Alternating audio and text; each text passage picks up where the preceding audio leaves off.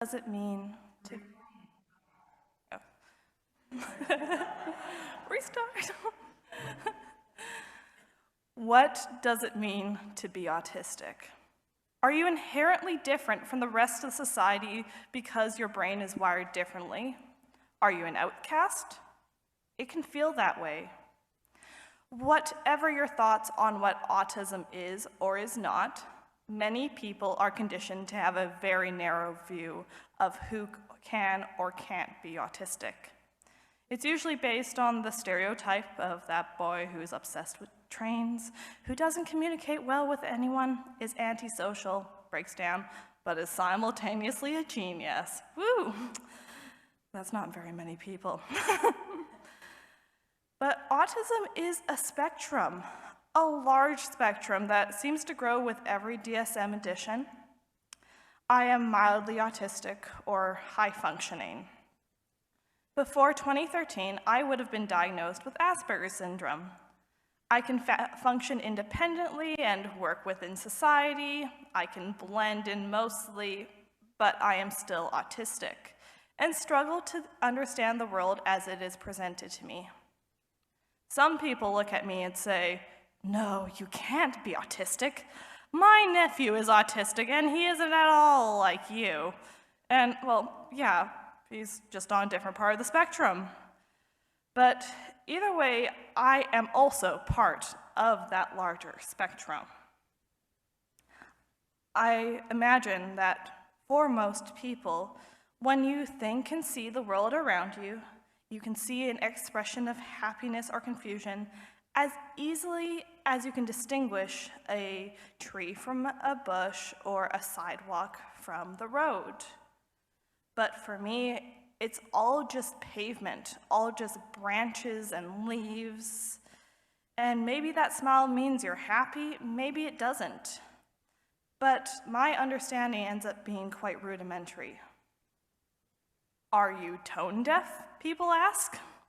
And yes, maybe I think that I am at times, because the nuances of conversation are just that, nuances, in a language I was supposed to have been brought up with, but that my mind always struggles to pick up.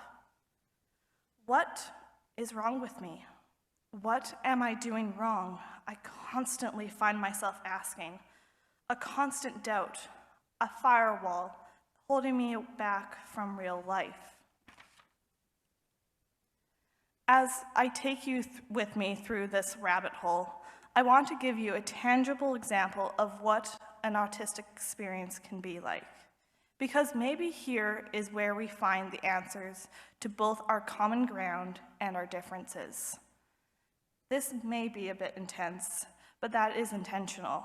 I am being vulnerable and honest, letting you into my mind so that maybe you can understand what I see and know that there are over 2% of people dealing with similar yet different perspectives coming into this world. I am empathetic. At times in my life, it has felt like I can feel others' emotions more strongly than my own. But I can never truly decode those emotions because my own experience of those same emotions is different. Descriptions can only go so far to describe what an emotion should feel like, should trigger. At times, people think I don't experience emotions, and yes, I usually have a muted expression, but that's because my experience of emotions is largely internal. Emotions radiate inside of me outwards. Smiling regularly doesn't come naturally unless if I'm ecstatic. My expression is usually muted, but it doesn't mean that I'm not content or that I'm ill at ease. I'm just hopefully relaxed in my thoughts, thoughtfully trying to discern the world around me. My mind is already putting in double time trying to processing people's body language. It's easy for me to forget to look a certain way, and I really don't want to. But if I don't, the looks I get, the concern around me is difficult to handle. What pains me and causes me distress is what I like to call the translator's void. When I'm communicating with someone and I can tell something has gone fundamentally wrong in our communications, where there's this invisible block building between us, and I can't come close to knowing what to say, or how to mend a situation, or what the situation even calls for, and I will spend hours trying to figure out what went wrong, what to say, how what I said before got us here. And I feel constantly blindsided by communications. Blindsided by honesty, like truth is my enemy, because truth is a blunt reality. And in my mind, it comes out as a blunt statement. But we don't communicate bluntly here. We comfort the fall if we love someone, or we risk hurting other people's emotions. But I don't really, in my mind, I don't get why I have to cushion the fall, or how to most of the time, or more accurately, when to cushion the fall. Time is never appropriate in this reality. Logic gives way to emotions that I can't read, and it hurts, especially when I see the pain in others. Hurt is the easiest expression to decode, and the hardest to remedy.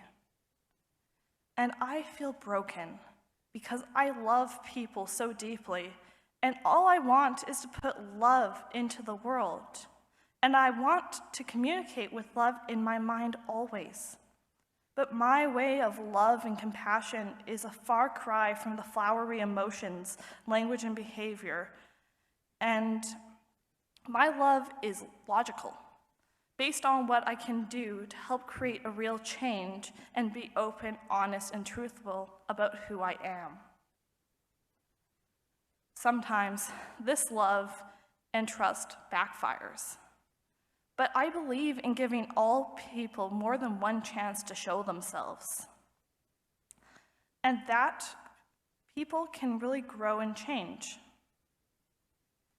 The cunning few will take a chance to manipulate me, and sometimes I forget about my own needs while looking out for others. But I want love and trust to be what I lead my life with, because I believe that that is the healthiest way to go about in this world of division and dishonesty. I feel kind of shattered every time I'm asked a question regarding my personal life, and doubt is what I see in the eyes of those asking the question.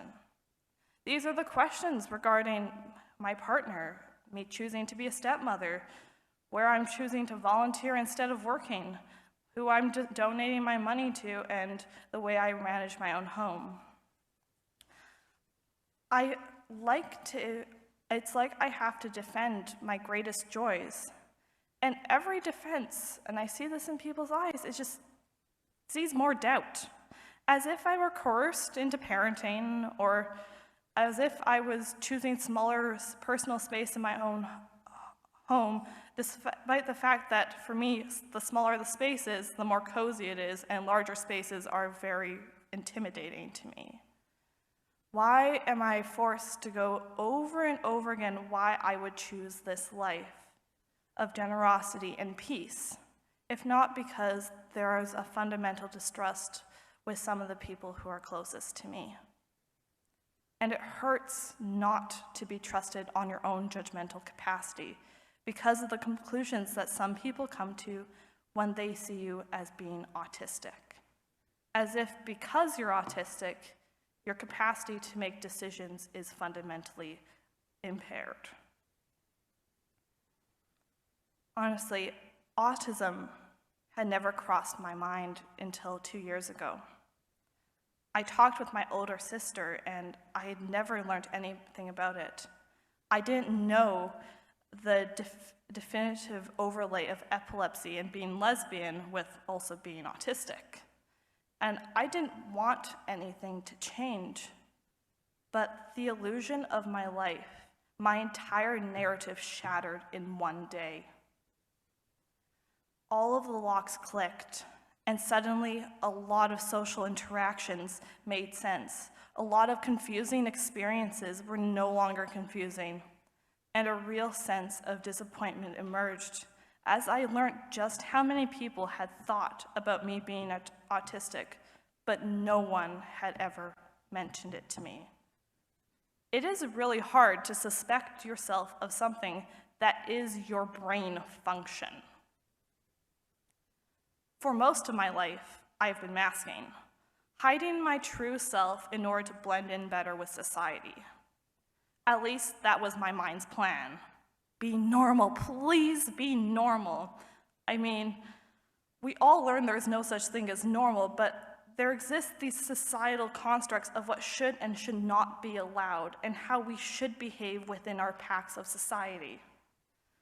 As long as I can remember, I've always had strange experiences, and the ways I interact with the world have always caused eyebrows to lift.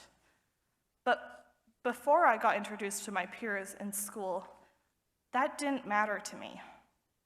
I was usually myself, except I did learn pretty early on not to allow other people into my internal world, because that definitely always caused weird looks. For the most part, I acted as my extroverted self, who happened to also enjoy playing with themselves equally as much as they enjoyed playing with others. I only started behaving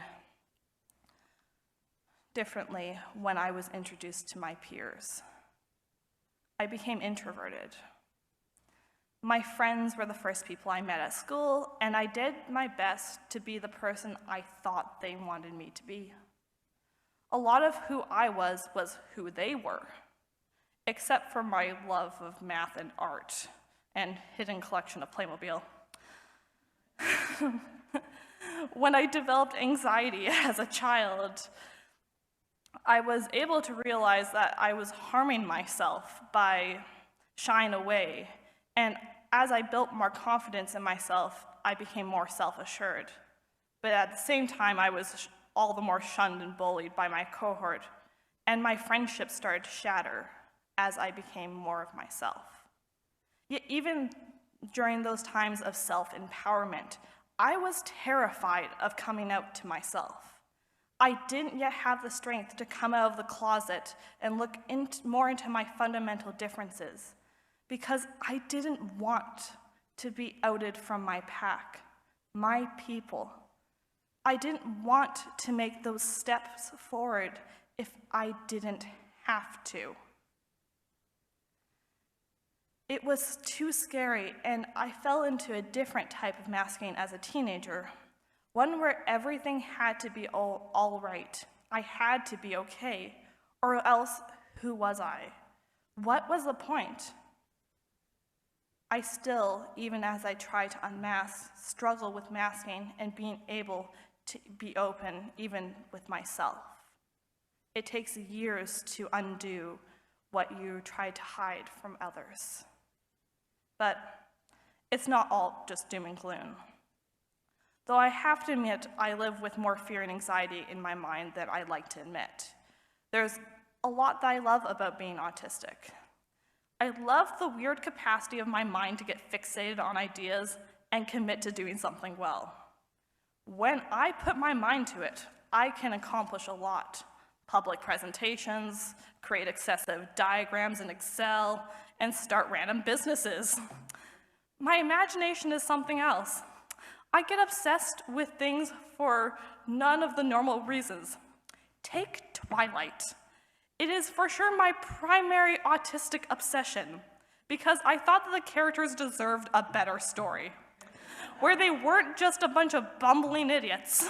So since I was 13, I have been chilling with the whole Twilight cast in my mind, reliving the stories as if I were either the main character or someone else who would just call out everyone else. I've done this with any story that I didn't feel satisfied with the character development, with Harry Potter, Percy Jackson, Pretty Little Liars, just to name a few. Of course, I tend to sometimes accidentally say some of those imaginary world items out loud while walking, then I awkwardly cough, scooch over, and continue on. I also get hyper-focused. I love technicalities and efficiencies, which has helped me stay focused on schoolwork and life projects, and doesn't really bode well for places like retail sector or like multitask. I'm like, no. I've got to just focus on organizing those things. I will not do another thing until that one thing is complete.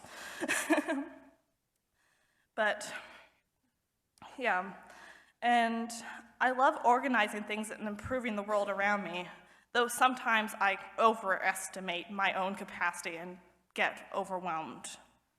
I observe the world with curiosity and an analytical mind, and I love learning. I smile most when I'm relaxed, walking alone, where I get caught up in whatever twilight variation my mind has decided to occupy with itself this week. Honestly, I find that I actually have a lot of moments of pure relaxation and happiness. I react with slight confusion and fascination, like I'm analyzing where did that smile just come from? And maybe sometimes I have a childlike approach to the world. I can seem like I'm a bit naive or an awkward laugh as being rude, but it's just a different way of approaching life. When talking with other people on the spectrum, I've learned that for many of us, our way of interacting with the world gets really misinterpreted and very frequently. That our need to take breaks or when we feel overwhelmed versus the standard of our society of hide, disguise, shove it down, emotional stress culture we live in, causes many of us genuine distress, confusion, and alienation, despite, let's be honest, you would all be better off if you weren't shoving it all down and were actually expressing those emotions. When we talk with each other about the weird rules of society, the eye contact, the small talk, the indirectness, we sometimes laugh, and other times we just imagine, what if our awkward but direct way was the normal way? What if it didn't matter? What if it were socially acceptable to be us? And maybe it sort of is, but it's difficult to unmask, just as it is difficult to come out as being lesbian. But as more of our stories are shared, I hope that we as a society go beyond just service level of acceptance of people with disabilities, with neurodivergencies, and become truly inclusive. Because as we begin to see people with different perspectives, we are all lifted up. As we begin to understand each other more and more, we can all grow and learn. We are all lifetime learners, and we can all learn a bit more each day. And that is how we make our society a truly ideal one for all of us to share and enjoy. Thanks.